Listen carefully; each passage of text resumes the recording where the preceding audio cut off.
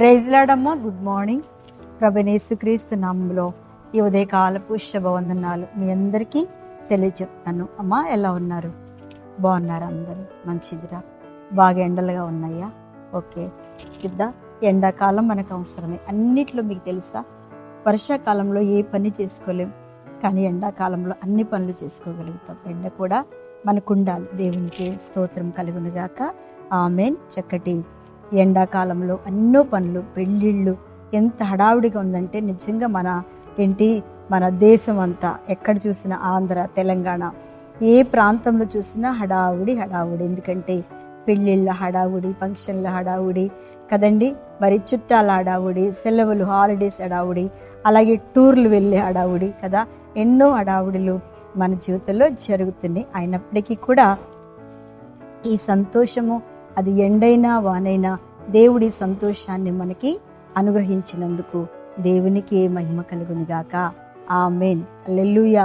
స్తోత్రం చెల్లిస్తున్నాను. అలాగే ఈరోజు దేవుని యొక్క వాగ్దానము సామెతల గ్రంథము 10వ అధ్యాయము 22వ వచనాన్ని నేను చదువుతున్నాను. 10:22.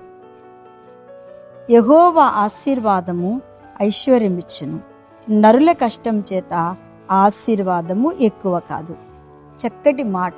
ఈరోజు ఆశీర్వాదము మన వాగ్దానం ఏంటంటే, ఆశీర్వాదాలు ఎన్ని రీతిలుగా ఉన్నాయో మనందరికీ తెలుసు. ఏ మూల నుంచి ఆశీర్వాదమో, మాట్లాడితే ఆశీర్వాదం, మనం ప్రార్థన చేస్తే మన నోట్లో నుంచి వచ్చే మాట ఆశీర్వాదం వైపు మనుషులు పరిగెడుతున్నారు కదా. ఈ రోజున పుట్టినరోజు వేస్తే ఆశీర్వాదం, వివాహము ఆశీర్వాదం, తర్వాత ప్రతిదీ ఆశీర్వాదాన్ని కోరుకుంటూ ఉంటాం కదా. అలాగే అసలు ఆ ఆశీర్వాదాలు దేవుడిస్తే ఎలా ఉంటాయో, ఎంత అద్భుతంగా ఉంటుందో దేవుడు ఇక్కడ మనతోటి మాట్లాడుతూ ఉన్నారు. ఏంటి అంటే, యెహోవా ఆశీర్వాదము ఐశ్వర్యమిచ్చును. అదేంటి? ఐశ్వర్యవంతులుగా ఉండాలంటే ఈ రోజున కొంతమంది ఆరోగ్యవంతులుగా, ఐశ్వర్యవంతులుగా, గొప్ప స్థితిలో, ఎంతో ఉన్నత స్థితుల్లో ఉంటున్నారు అంటే అది కేవలము దేవుని యొక్క ఆశీర్వాదం. ఒకటి. రెండోది ఏంటో తెలుసా, మనందరము సామాన్యులమైన మనం కదా. మనమేం పెద్ద గొప్ప ధనవంతులము కాదు, కానీ సామాన్యులమైన మనం కూడా ఆశీర్వాదం అనేది ఏంటంటే దేవుడు మనకిచ్చిన కృప, ఆరోగ్యం అనే ఆశీర్వాదము. రెండోది కుటుంబంలో సమాధానం అనే ఆశీర్వాదం. అసలు ఈ రోజుల్లో కుటుంబాలలో ఆశీర్వాదం లేక, పిల్లలకి సమాధానం లేక, లేకపోతే శరీరాలలో, కుటుంబాల్లో, రక్త సంబంధంలో ఆశీర్వాదం లేక నెమ్మది లేకుండా ఉంటున్నారు. కానీ దేవుడు కుటుంబమును సమాధానముగా, చక్కగా, నెమ్మదిగా, ప్రశాంతంగా, పిల్లల గురించి నెమ్మదిగా ఉండటం కదండి.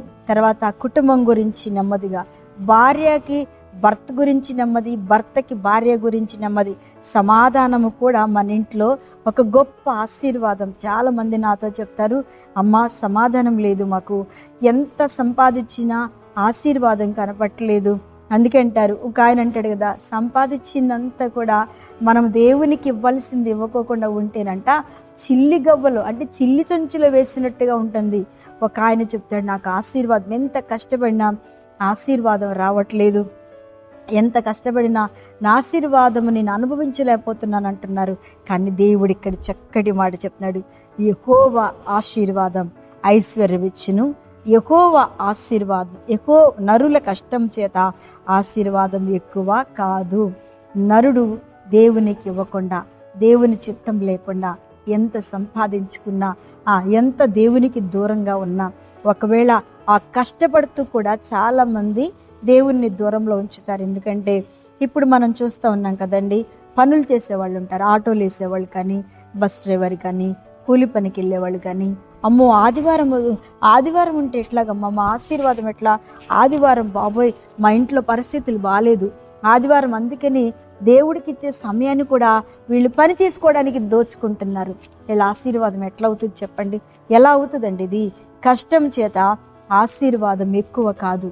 దేవుణ్ణి పక్కన పెట్టేస్తారు, వారి పని కోసం పరిగెడుతూ అంటారు, మేము చెప్పామనుకో, వాళ్ళు ఏమంటారు, మీకేం తెలుసా మా కష్టాలు, మాకు అప్పులు ఉన్నాయి, మాకు ఎన్ని కష్టాలు ఉన్నాయి, మీకేం తెలుసు అంటారు. నిజమే, కష్టం లేని వాళ్ళు ఎవరో చెప్పండి?